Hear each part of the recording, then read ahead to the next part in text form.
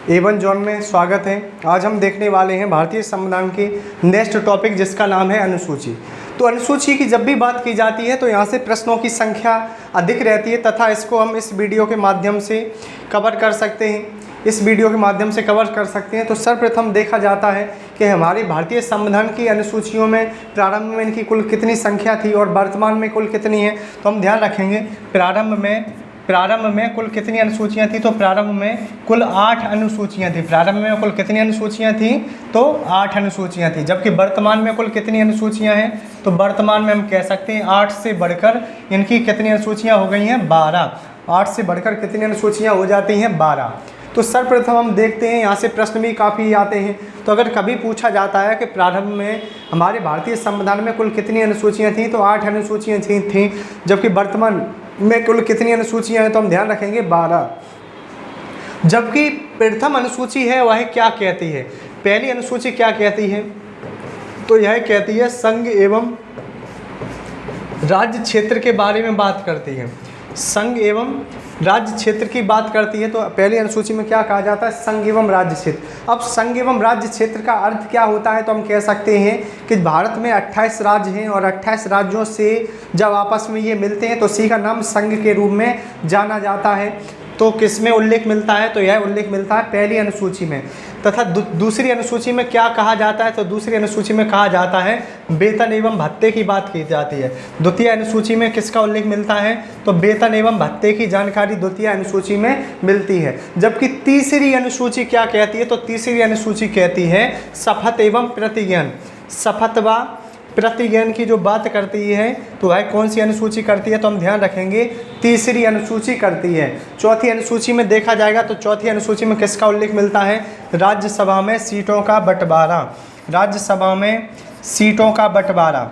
राज्यसभा में सीटों का बंटवारा का उल्लेख कहाँ मिलता है? तो हम कह सकते हैं राज्यसभा में सीटों का बंटवारा का उल्लेख मिलता है चौथी अनुसूची में। तो अगर कभी पूछा जाता है कि हमारे भारतीय संविधान में कुल कितनी अनुसूचियां हैं, तो हम ध्यान रखेंगे वर्तमान में 12। वर्तमान में कितनी है? 12। प्रारंभ में कितनी थी? 8। प्रथम अनुसूची क्या कहती है? तो संघ एवं राज्य क्षेत्र की बात करती है। द्वितीय अनुसूची वेतन एवं भत्ते की बात करती है। तीसरी अनुसूची शपथ व प्रतिज्ञान की बात करती है। जबकि चौथी अनुसूची में उल्लेख मिलता है राज्यसभा में सीटों का बंटवारा।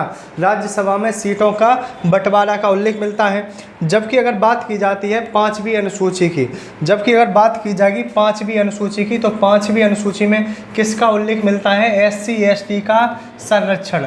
SC ST का क्या किया जाएगा? संरक्षण किया जाएगा। तो ऐसा किस अनुसूची में कहा जाता है? तो पांचवी अनुसूची में कहा जाता है कि SC ST की सुरक्षा की जाएगी, SC ST का संरक्षण किया जाएगा। जबकि छठी अनुसूची की बात की जाएगी तो हम ध्यान रखेंगे असम मेघालय मिजोरम और त्रिपुरा। असम मेघालय मिजोरम त्रिपुरा की जनजातियों के लिए विशेष प्रावधान। असम मेघालय मिजोरम त्रिपुरा की जनजातियों के लिए विशेष प्रावधान की व्यवस्था कहाँ पर की जाती है? तो हम ध्यान रखेंगे ये व्यवस्था की जाती है अनुसूची 6 में। तो अगर कभी पूछा जाता है कि किस अनुसूची में कहा जाता है कि SC ST की सुरक्षा की जाएगी, तो हम ध्यान रखेंगे अनुसूची 5 में। जबकि किस अनुसूची में कहा जाता है कि असम मेघालय मिजोरम त्रिपुरा की जनजातियों के लिए कैसा प्रावधान होगा? विशेष प्रावधान होगा। तो यह कहती है छठी अनुसूची। जबकि सातवीं अनुसूची की बात की जाती है तो सातवीं अनुसूची में कहा जाता है संघ राज्य संवर्ती सूची में, संघ राज्य संवर्ती सूची के द्वारा राज्य का संचालन किया जाएगा। संघ राज्य संवर्ती सूची के द्वारा राज्य का संचालन किया जाएगा। यह कौन सी अनुसूची कहती है? तो सातवीं अनुसूची कहती है। जबकि आठवीं अनुसूची में क्या है? तो आठवीं में हम कह सकते हैं आठवीं अनुसूची में 22 भाषाओं को मान्यता दी गई है। आठवीं अनुसूची के द्वारा कितनी भाषाओं को मान्यता दी गई है? तो हमारा भारतीय संविधान कुल 22 भाषाओं को मान्यता देता है। और किस अनुसूची के द्वारा? तो 8वीं अनुसूची के द्वारा। तो हम ये देखते हैं कि हमारे भारतीय संविधान में कुल 8 इन्हीं अनुसूचियों का उल्लेख किया गया था, लेकिन आगे चलकर हम कह सकते हैं संविधान संशोधन हुए, जिसके बाद हम कह सकते हैं अनुसूचियों को जोड़ा जाता है। तो सर्वप्रथम हम ध्यान रखेंगे इसके बाद जो 9वीं अनुसूची आती है, और 9वीं अनुसूची को हम ध्यान रखेंगे कि 9वीं अनुसूची जो आती है, 9वीं अनुसूची की बात की जाएगी तो हम इसे ध्यान रखेंगे ये कब आती है, तो प्रथम संविधान संशोधन, पहला संविधान संशोधन 1951, प्रथम संविधान संशोधन 1951 के द्वारा इसमें सर्वप्रथम भूमि सुधार को मान्यता दी जाती है। इसमें किसको मान्यता दी जाती है, तो भूमि सुधार को मान्यता दी जाती है। और यह किस अनुसूची में आता है, तो 9वीं अनुसूची में देखते हैं।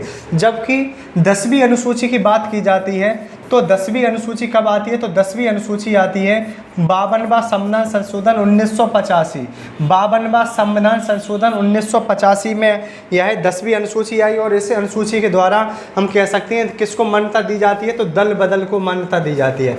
जैसे हम देखते हैं कि आज कोई पार्टी का मेंबर होता है और किसी भी पार्टी में अन्य पार्टी में शामिल हो जाता है तो इसको इनकी कब मान्यता मिली है, तो 52वां संविधान संशोधन 1985 के आधार पर दल बदल को मान्यता दी जाती है। जबकि 9वीं अनुसूची को मान्यता कब मिलती है, तो पहला संविधान संशोधन 1951 के आधार पर, जिसमें भूमि सुधार को बल दिया जाता है। जबकि अगर बात की जाएगी 11वीं अनुसूची की, तो 11वीं अनुसूची में हम ध्यान रखेंगे 11वीं अनुसूची में किसका उल्लेख मिलता है, तो 11वीं अनुसूची में उल्लेख मिलता है ग्राम पंचायत का।